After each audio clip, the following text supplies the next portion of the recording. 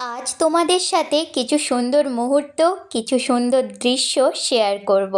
তো আমি আজকে চলে গিয়েছি মেলায়, আর আজ আমাদের এখানে কালী পুজো। তো ঠাকুরকে এখন আনছে, তাই চলে গিয়েছিলাম যেখান থেকে মাকে নিয়ে আসছে। আর এই যে মন্দিরটা একটু ফাঁকা, কারণ মা তো ঢুকবে তাই ফাঁকা করে রেখেছে।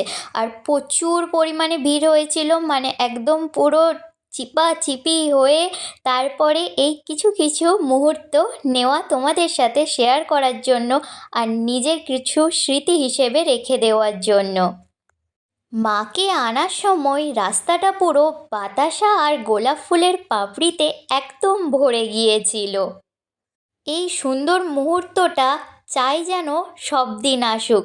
কত সুন্দর মিষ্টি মায়ের মুখটা না? আচ্ছা, কারা কারা এই মন্দিরে এসেছো তারা কিন্তু অবশ্যই কমেন্ট করো।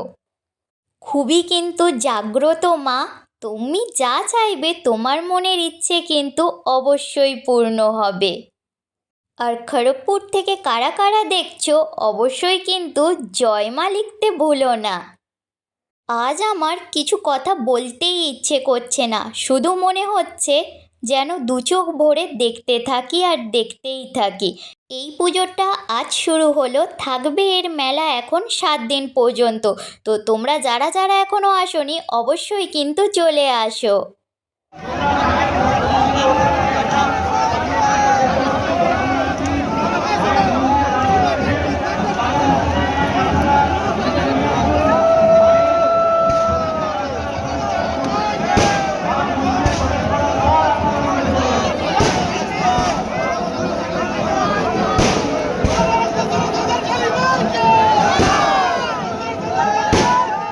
এক ঝলক একটু নিজেকেও দেখিয়ে নিলাম। আর এই যে মা কিন্তু চলে এসেছে মন্দিরের সামনে।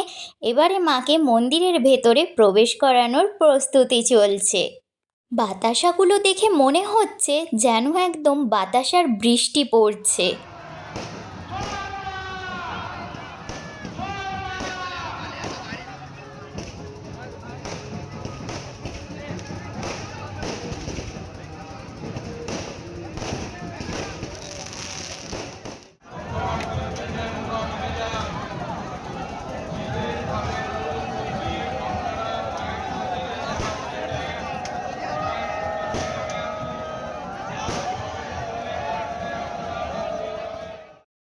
মা মন্দিরে প্রবেশ করে গিয়েছে।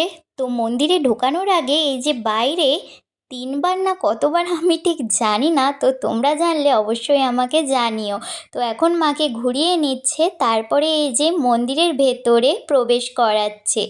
এত সুন্দর অপূর্ব একটা দৃশ্য দেখলেই যেন চোখ জুড়িয়ে যাচ্ছে পুরো।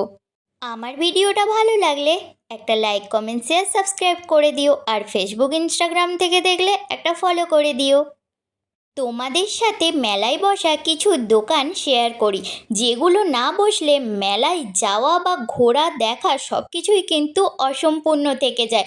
আর এই মিষ্টি দোকান কিন্তু মেলার ফার্স্ট দিন অবশ্যই বসবে। সবাইকে টাটা, আবার দেখা হচ্ছে কাল।